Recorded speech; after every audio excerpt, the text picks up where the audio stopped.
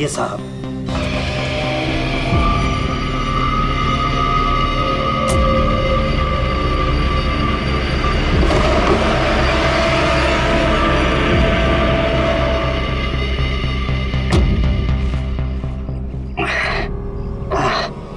साहब, सफर में कोई तकलीफ तो नहीं हुई? नहीं, लेकिन वो औरत कौन थी? बुढ़िया औरत जो आपसे बात कर रही थी ना, लाली नाम है उसका। थोड़ी अजीब सी है। आपको उसकी बातों का बुरा तो नहीं लगा? नहीं, बुरा नहीं लगा मुझे, पर मुझे एक बात समझ में नहीं आई कि उस औरत ने मुझे यहाँ आने से मना क्यों किया। जाने दीजिए ना साहब उसकी बातों का। थोड़ी सी हिली हुई है, कुछ भी बकती रहती है। आप आइए, अंदर आइए।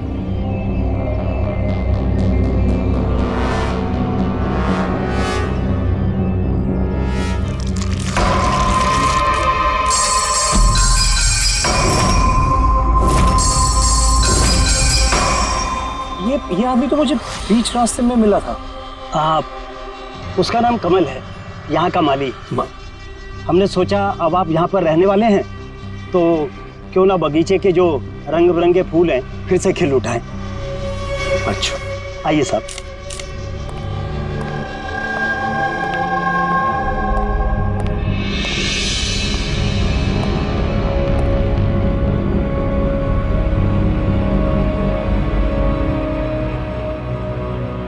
अच्छा, एक बात बताइए जी। यहाँ कितने साल से काम कर रहे हैं आप? बस साहब ये समझ लीजिए कि मैंने बचपन में चलना यहीं से सीखा था, और अब इस घर से तभी जाऊंगा जब मेरी अर्थी उठेगी। साहब, अब ये घर आपका है। कहीं आप मुझे नौकरी से निकाल तो नहीं देंगे? अरे नहीं नहीं नहीं चाचा, ऐसे कैसे बात कर रहे हैं आप? ऐसी कोई बात नहीं, बिल्कुल बेफिक्र रहिए। और इसमें इतने बड़े घर की देखरेख आपके सिवा और कौन कर सकता है? हाँ? वाकई में आप बहुत नेक इंसान हैं। आइए।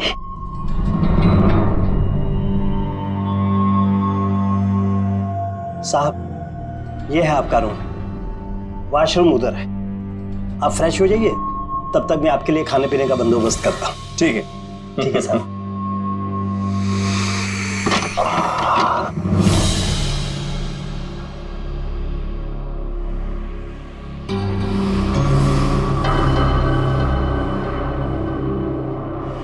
चला जा, चला जा, चला जा, वरना तू भी मरेगा।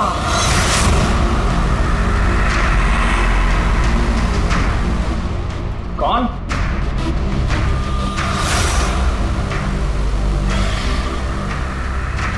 मैंने कहा ना, चला जा।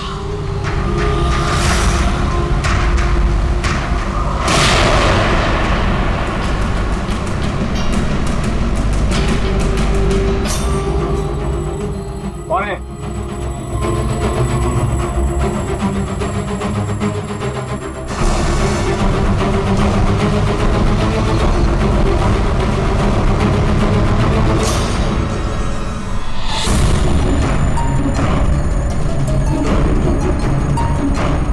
जैसे बाकी लोग मरे हैं, वैसे तू भी मरेगा।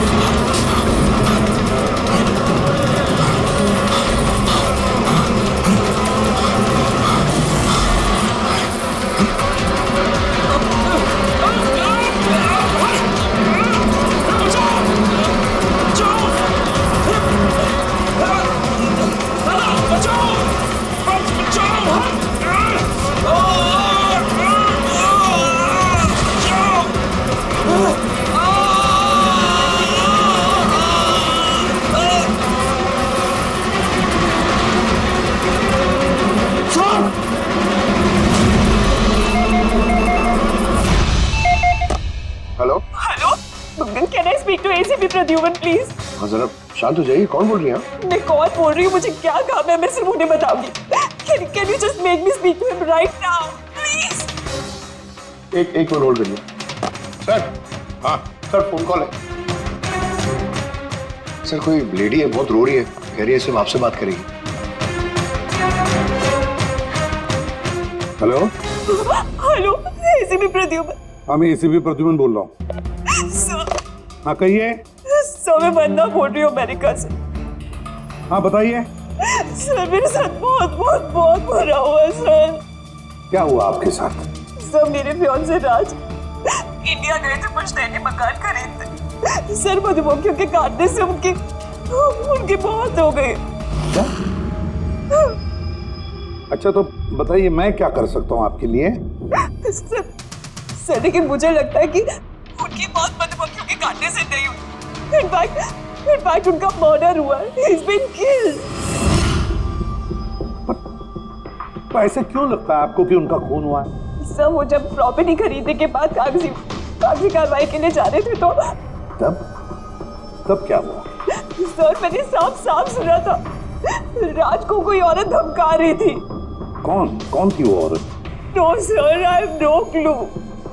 जरा एक बात बताइए, क्या आपके राज की यहाँ इंडिया में किसी के साथ कोई दुश्मनी थी, कोई झगड़ा वगड़ा हुआ था? नहीं सर, राज की किसी के साथ कोई एनिमिटी, कोई दुश्मनी नहीं थी। इनफैक्ट राज तो इंडिया में किसी को जानता ही नहीं था। तो फिर कौन कर सकता है ये? कौन जान ले सकता है राज की? क्या आपको किसी पर शक है? नहीं सर, कोई शक नहीं। सर राज तो एक नेक काम करने जा रहे थे। कैसा काम? He wanted to start an orphanage। सिर्फ एक अनाथ आश्रम खोलना चाहते थे वो। वाकई नेक काम है, लेकिन किससे खरीदने वाले थे मकान वो? सब मकान तो वो ऑलरेडी खरीद चुके थे गवर्नमेंट से नीलामी के बाद। वो सिर्फ इंडिया कागजी कार्रवाई के लिए गए थे। देखिए एक काम कीजिए, सारे के सारे डिटेल मुझे भेज दीजिए, मैं आपकी पूरी की पूरी मदद करूंगा, ठीक है? सर मैंने सीआईडी के बारे में बहुत सुना है। सर मुझे भी जस्टिस मिलेगी ना? वंदना जी मैं आपसे वादा करता हूँ, आपको पूरा का पूरा इंसाफ दिलाएंगे हम, और जिसने भी आपके राज के साथ बुरा किया है उसे हम सजा दिलवाएंगे। वंदना,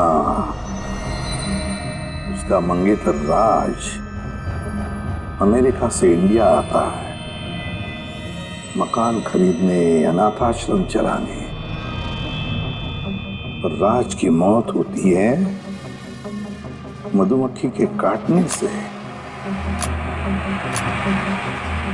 इंटरेस्टिंग।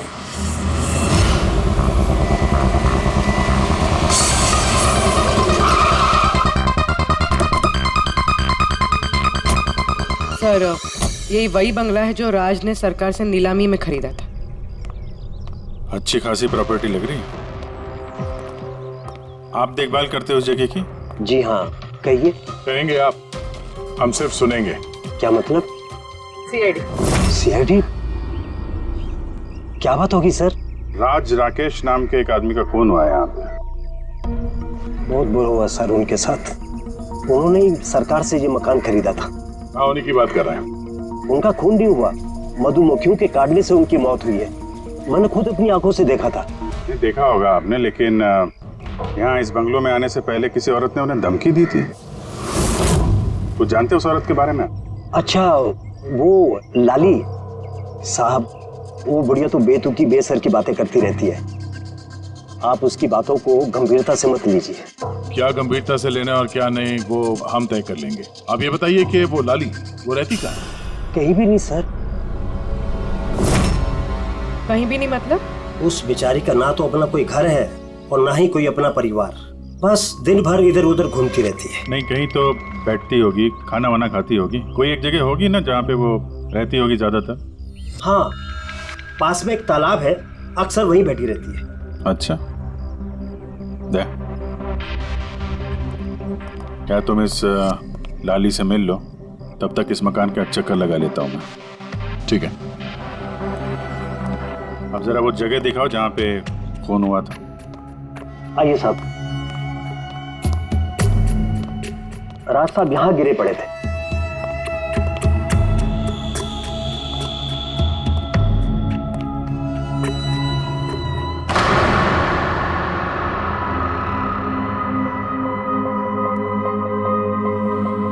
मधुमक्खियों ने राज साहब को मारा, फिर वो खुद मर गए। ये मधुमक्खी के हमले यहाँ पे अक्सर होते रहते हैं क्या? नहीं साहब, इससे पहले तो मैंने एक मधुमक्खी भी नहीं देखी यहाँ। पता नहीं राज साहब के पीछे इतनी सारी मधुमक्खियां अचानक कहाँ से आ गई। राय रंजीत की हवेली से आ रहे हो ना तुम लोग?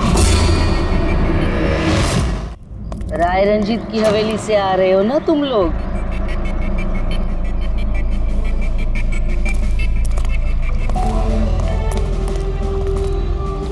क्या कहा आपने? राय रंजीत के मकान से लौट रहे हो? आप कौन है? क्यों गए थे वहां? अपनी मौत को दावत देने गए थे? सर लगता है ये लाली है। आप लाली हो ना? हाँ, तुम्हें किसने बताया? तुम्हें राय रंजीत के जासूसों ने यहाँ भेजा है? हाँ, उन्होंने ही भेजा है ना यहाँ पे। कौन राय रंजीत? सांप था वो, सांप। उसने मेरी दादी को धोखा दिया, उन्हें अपने ही घर से धक्के मार के निकाल दिया। निकालो इसे बाहर। छोड़िए मुझे, मुझे मेरे घर से मत निकाल, मुझे मेरे घर से मत निकाल। शर्म आनी चाहिए तुम्हें रंजीत, तुम अपनी खुद की भाभी को घर से बाहर निकाल रहे हो। कम से कम अपने भैया का तो लिहाज किया होता। अरे उनका क्या लिहाज करना, उन्होंने खुद ही तो अंगूठा लगाकर ये घर मेरे नाम किया है। तूने उन्हें शराब पिलाकर धोखे से अंगूठा लगवाया था। अब क्यों किया, कैसे किया, इस गहराई में जाने से क्या फायदा। समझने वाली बात तो ये है कि ये मकान अब मेरा है और तू सड़क पर आ गई है। चलो निकलो इसे यहाँ से। तेरे हिस्से में ना सिर्फ घर नहीं आया है, एक मकान आया है, एक ऐसा मकान जिसके हर कोने में मेरी बदुआएं गूंजेगी। मैं तुझे श्राप देती हूँ, सिर्फ तू ही नहीं, इस घर का जो भी मकान मालिक बनेगा वो जिंदा नहीं बचेगा। मौत का खेल होगा यहाँ, मौत का खेल। अब तक कितने लोग मरे? वो सब लोग मर गए जिन्होंने वो मकान खरीदना चाहा। तुम लोग वो घर मत खरीदना, तुम भले लोग लग रहे हो, वरना तुम्हारी बीवी विधवा हो जाएगी।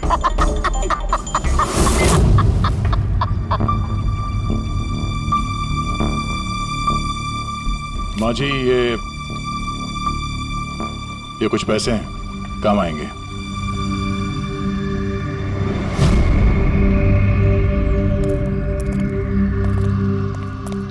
सर लगता नहीं है इसका राज की मौत में कोई हाथ है। ये तो खुद बेचारी सदमे और विश्वास में लग रही है। हो सकता है राज की मौत कोई मर्डर ही ना हो, कोई हादसा हो।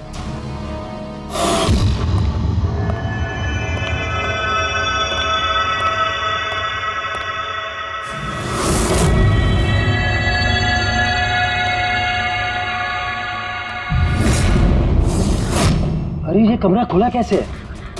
ये तो बंद था। एक मिनट रुको,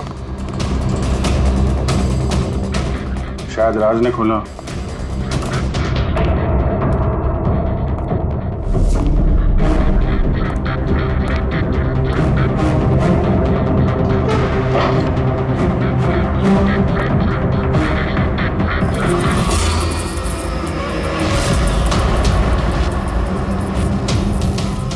ये है तो छत्ता यहाँ पे। इधर आ। जी सर। ये है मधुमक्खी का छत्ता। अरे मैं पहली बार देख रहा हूँ साहब। तो ये राज यहाँ इस स्टोर रूम में क्या करने आया था? साहब शायद बंगलू देखने आए होंगे। अच्छा, और उस वक्त तुम खाना लेने गए थे? जी सर।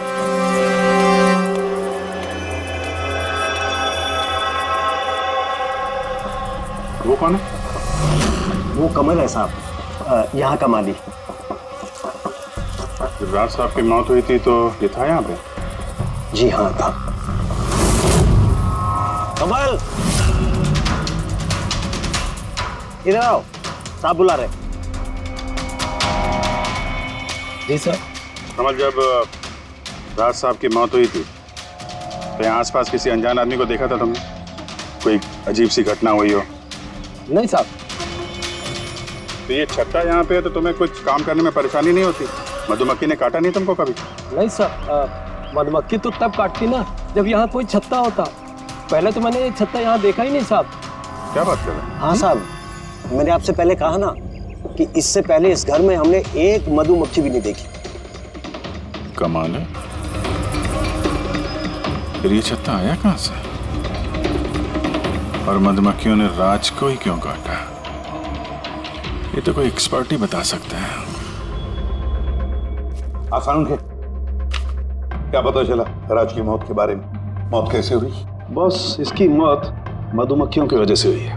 यार तुझे पूरा यकीन है राज की मौत मधुमक्खियों की वजह से ही हुई है? हाँ बॉस, ये डॉक्टर ने जो रिपोर्ट बनाई है मैंने वो भी देख ली, इस राज का अच्छी तरह से चेकअप भी कर लिया। मुझे पूरा यकीन है राज की मौत मधुमक्खियों के डंक के जहर की वजह से ही हुई है। सर, बचपन में मुझे मधुमक्खी ने काटा था, मैं तो जिंदा हूँ।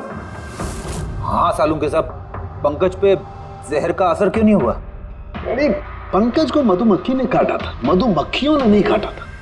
बॉस, अगर एक दो मधुमक्खी काटे तो बात समझ में आती है, लेकिन सैकड़ों मधुमक्खियां अगर हमला कर दे तो इट्स इम्पॉसिबल। मधुमक्खियों के डंक से।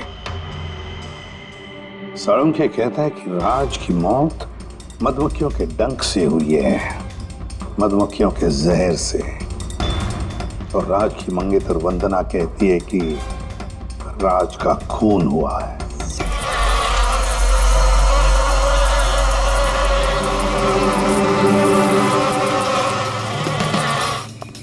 इस छत्ते को बाहर से लाकर यहाँ पर लगाया गया। मधुमक्खी के छत्ते को किसी और जगह से लाके किसी और जगह लगाया जा सकता है?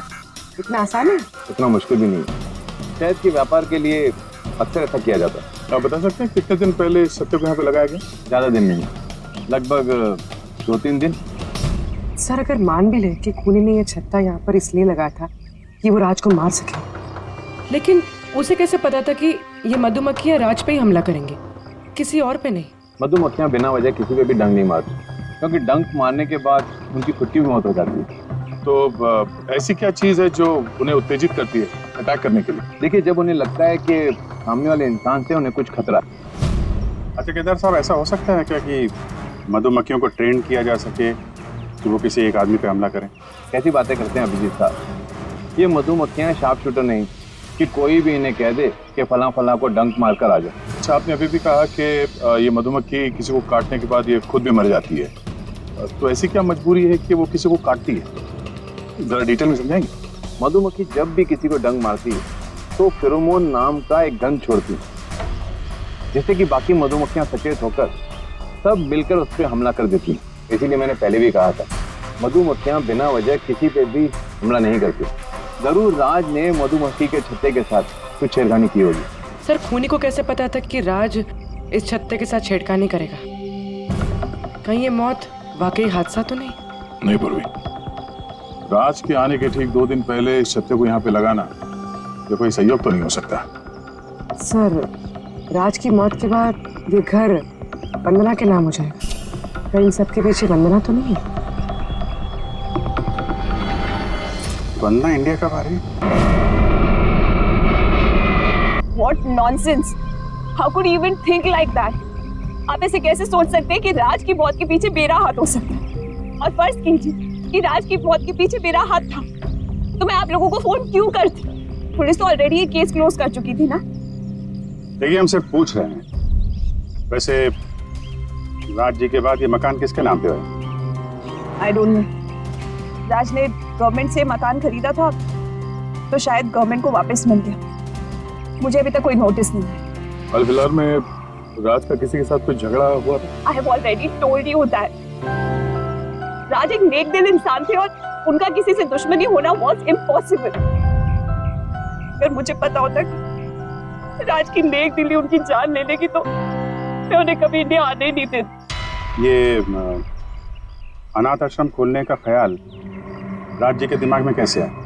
राज खुद अनाथ थे, इसलिए वो दूसरे अनाथ बच्चों की फीलिंग समझते थे।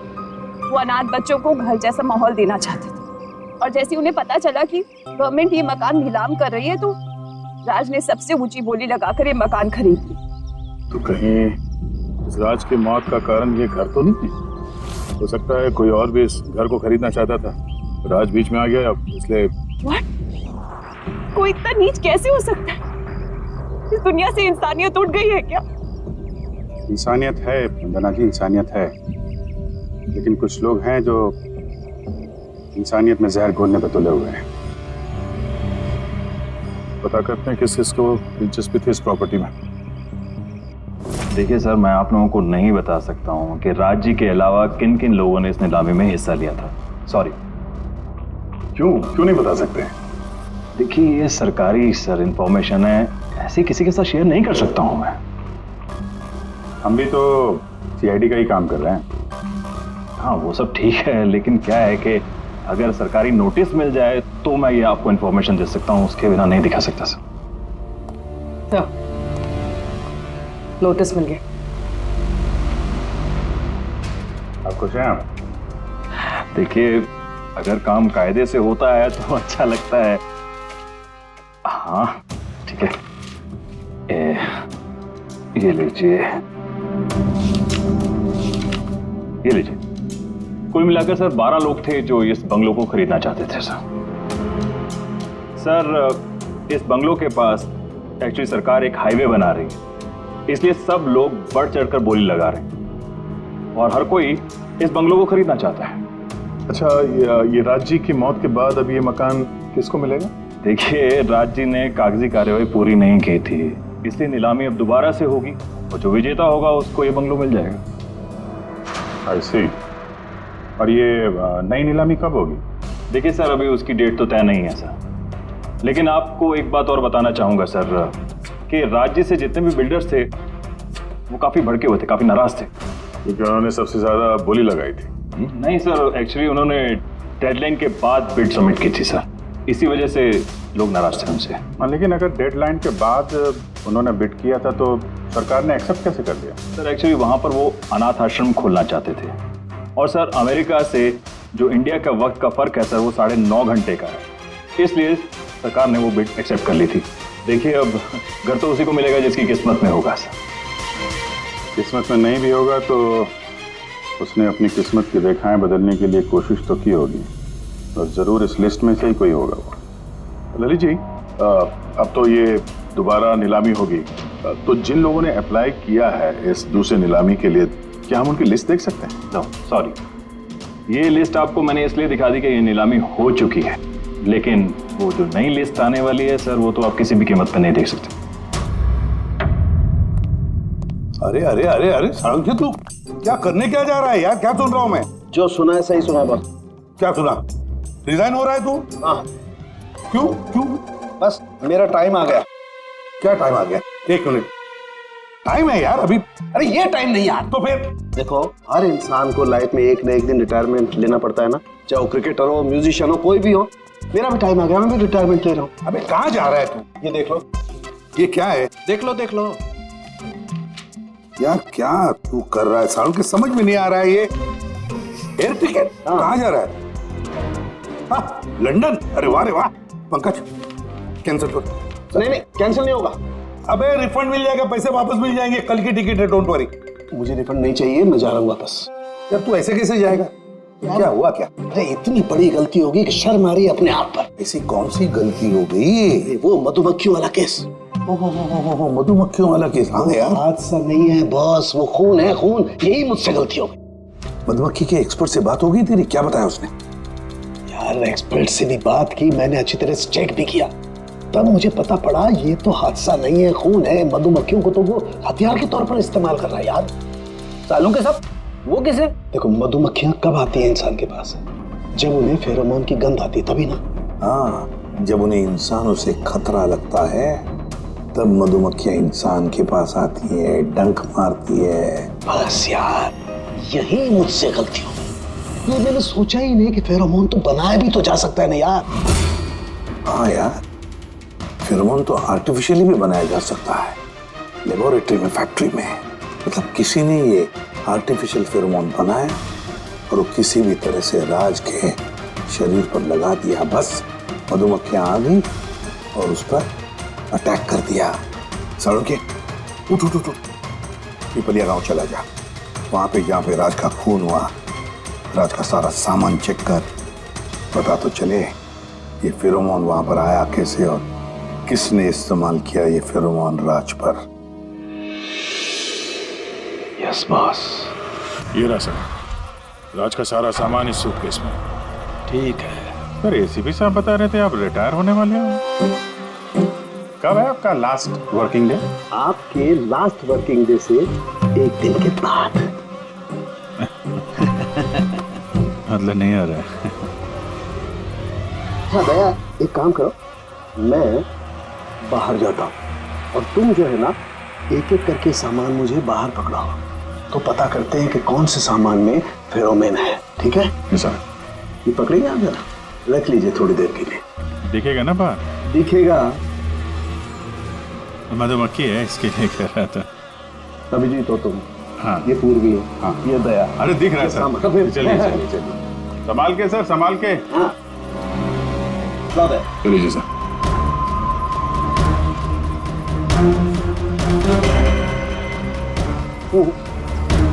नहीं, इसमें फेरोमोन नहीं।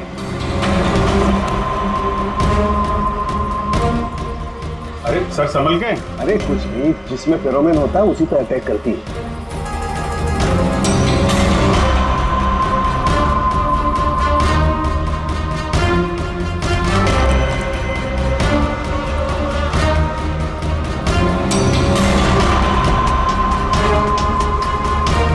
अरे यार,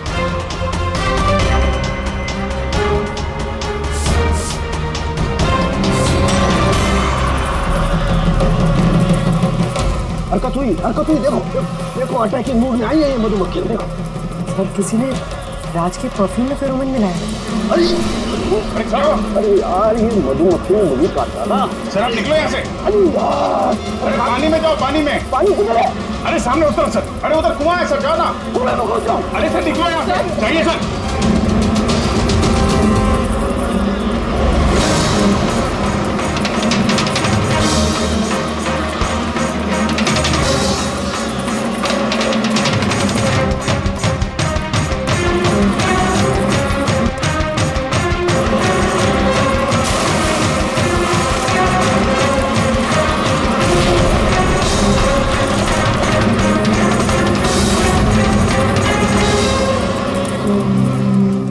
आप ठीक हो सर? बाप रे बाप, ये मधुमक्खियां आपको रिटायर नहीं होने देंगी सर। बाहर निकालो मुझे। आइए आइए आइए सर। मधुमक्खी, अरे नहीं, आइए आइए आइए। हेलो जी, नमस्ते, कैसे हैं आप? जी मैं चंदूमल फंडूमल कंकेशवास। अरे वाह, बहुत लंबा नाम है आपका। बताइए क्या काम था आपको? जी वो नीलामी के लिए आया था मैं। वो पुराना वाला बंगलो हाईवे के पास, वो खरीदना है मुझे। सर ऐसे नहीं खरीद सकते हैं सर, उसमें नीलामी होगी तभी वो जो जीतेगा वही खरीद सकता है। अरे तो पैसा लगाएगा ना, मैं पैसा लगाएगा।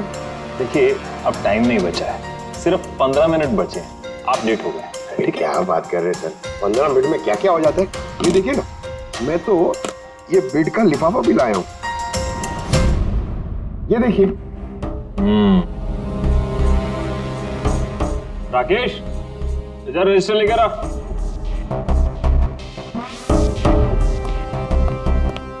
साहब को दो, एंट्री कीजिए सब। हाँ यहाँ पर एंट्री कर दीजिए। अच्छा,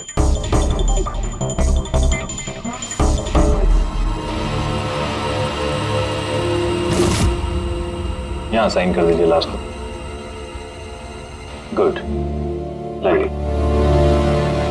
अच्छा, वेरी गुड, ये तो अच्छा हो गया सर। वो बंगले का चाबी। और मजाक कर रहे हैं? अरे चाबी ऐसे थोड़ा ना मिलता है। अरे भाई बोली लगेगी, नीलामी होगी, उसके बाद जो जीतेगा उसको मिलेगा। भाई क्या बात कर रहे हैं आप? बिड तो मैं ही जीतूंगा, ये पक्का है।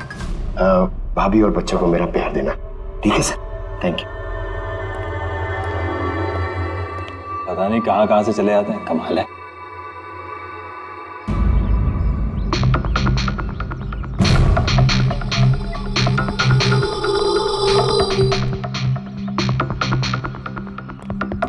क्या भाई साहब काम हुआ? सर ये देखिए, चंदूमल फंडूमल कंकेशवास का कमाल। Good job Pankaj. 12 में से 2 लोग हैं जिन्होंने दोबारा बोली लगाई है इस मकान को खरीदने के लिए। हेमंत और रोशन, मतलब खूनी इन्हीं दो में से कोई हो सकता है। और वो जो कोई भी है, इस बार भी इस मकान को हथियाने के लिए किसी भी हद तक जा सकता है। दोस्तों, अब ये वक्त आ गया है कि बता दिया जाए कि नीलामी का विजेता आखिर है कौन। और मुझे बताते हुए बहुत खुशी हो रही है कि नीलामी के जो विजेता है मिस्टर रोशन। रोशन जी, आपको बहुत बहुत बधाई। एक मिनट, काय की बधाई हो? सबसे ज्यादा बेट मैंने लगाई थी, ये कैसे जीत गए? देखिए भाई साहब, आपको कोई गलतफहमी हुई है। सबसे ज्यादा बेट मिस्टर रोशन ने लगाई थी, इसलिए रोशन को मकान दे दिया गया। ऐसा हो ही नहीं सकता।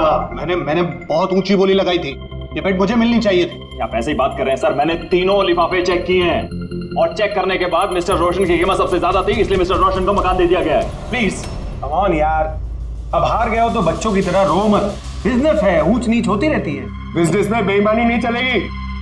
ये दिखाइए, आप पहले वो लिफाफे दिखाइए, मुझे अभी देखना है किसने कितने बिट करी है। दिखाइए दिखाइए दिखाइए, लाइए। मुझे भी चेक। नहीं नहीं नहीं, ये नहीं दिखा सकते, ये नियम के खिलाफ है। चीटिंग करना भी नियम के खिलाफ है। मैंने 7 करोड़ की बिट करी है। 4 करोड़ इनके अभी हेड ऑफिस से फोन आएगा और बोलेंगे कि मैंने सिर्फ 3 करोड़ लगाए। कोई फोन नहीं 4 करोड़ कम। आपके कहने से फोन आएगा। चलो उठाओ, फोन उठाओ तुम्हारा अभी। ये मुझे क्या करना है क्या नहीं करना है, ये आप मुझे नहीं बताएंगे। ललित जी, आप तो बड़े कायदे कानून की बातें किया करते थे और फोन भी नहीं उठा रहे हैं। भाई ये तो बहुत गलत बात है। आप ब्यूरो चलिए हमारे साथ। आप कहाँ खिसक रहे रोशन जी? आप हमें मिठाई नहीं खिलाएंगे? नई प्रॉपर्टी ली है आपने? आइए, आप ही आइए। आइए आइए। सर रोशन जी बिल्कुल ठीक बोल रहे हैं सर। सर रोशन जी का इससे कुछ लेना देना नहीं है। जो भी फ्रॉड हुआ है सर मैंने किया है। ये रोशन का जुर्म अपने सिर पर क्यों ले रहे हो? अच्छा खासा पैसा दिया है क्या रोशन ने तुम्हें? और एक बात याद रख लो, ये पैसा खर्च करने को नहीं मिलेगा, क्योंकि तुरंत फांसी होगी तुम्हें। सर इतनी सी बेईमानी के लिए फांसी चढ़ा देंगे? नहीं नहीं नहीं, बेईमानी के लिए नहीं, खून के लिए फांसी होगी। सर खून? किसका खून सर? राज राकेश का खून, जिसने पिछली नीलामी में वो प्रॉपर्टी खरीदी थी। सर लेकिन मैंने किसी को नहीं मारा सर। सर मैंने नहीं मारा है सर किसी को। पता है इस रोशन ने मारा है, तो इसकी पोल खोल दो, वरना इसके पाप का मटका तुम्हारे सिर पर फूट जाएगा। सर ये क्या कह रहे हैं सर आप? मैं भला राज को क्यों मारूंगा सर? इस प्रॉपर्टी के लिए, और किस लिए? क्या कह रहे हैं आप सर? सर मैं मानता हूं कि मैं ललित के साथ मिलकर नीलामी में छोटी मोटी हेरा फेरी करता था, पर सर एक प्रॉपर्टी के लिए किसी का मर्डर थोड़ी कर दूंगा मैं। मतलब तुम्हारे कहने का मतलब है तुमने ये खून नहीं किया? नहीं सर। चल ठीक है, पूर्वी जरा परफ्यूम लाना।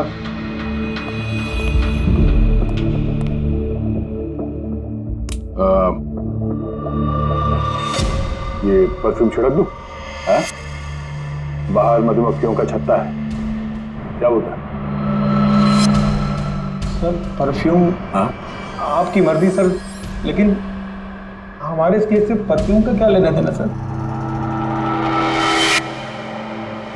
मुझे वाकई पता नहीं इस परफ्यूम का कोई इस केस से संबंध है। सर जी हम सच कह रहे हैं सर, राज्य की मौत से हमारा कोई संबंध नहीं है सर। तो ललित बिल्कुल ठीक कह रहा सर।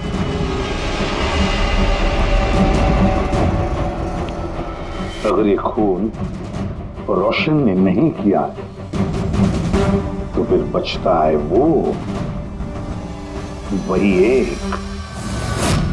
इन कागज से साबित होता है कि तुम राय रंजीत के पोते हो। तुम्हारे पास तो बहुत बड़ी वजह थी इस मकान को वापस पाने के लिए, क्यों? देखिए, राय रंजीत का पोता होने से यह साबित नहीं होता कि यह खून मैंने किया है। हेमंत जी, खूनी कभी कभी अपने जुर्म के सबूत अपने साथ लेकर चलता है, जैसे तुम। मैं समझा नहीं। मैं समझाता हूं। ये रहे सबूत। कमाल है सालू के साहब, सेफ्टी सूट पहनने के बावजूद भी आप दोनों को मधुमक्खियों ने काटा। हाँ, कभी कभी सेफ्टी सूट पहनने के बाद भी मधुमक्खियां डंक मार सकती हैं, और फिर मधुमक्खी के छत्ते को इधर से उधर ले जाने में तो और भी ज्यादा अटैक हो सकता है, नहीं? ठीक, देखिए वो दरअसल बहुत हो गया हेमंत, तुम्हारी बेगुनाही का और भी कोई सबूत चाहिए? जी नहीं, मैंने ये सब किया था। जब राज बंगले में घुसा तब मैं वहीं था। और मौका देखकर मैं बंगले में घुस गया था। मैंने परफ्यूम की बोतल के अंदर फेरोमोन मिला दिया। उसके बाद राज को आवाज से डिस्ट्रैक्ट किया, मधुमक्खी के छत्ते तक लेकर गया और उसके बाद का काम मधुमक्खियों ने कर दिया था। मुझे मेरा पुश्तैनी मकान वापस चाहिए था। वाह रे वाह, अपने पुश्तैनी मकान के लिए तुमने एक नेक इंसान का खून कर दिया। कानून तुम्हें कभी माफ नहीं करेगा। तुम्हें कम से कम आजीवन कारावास की सजा होगी। ले जाओ इसे पंकज।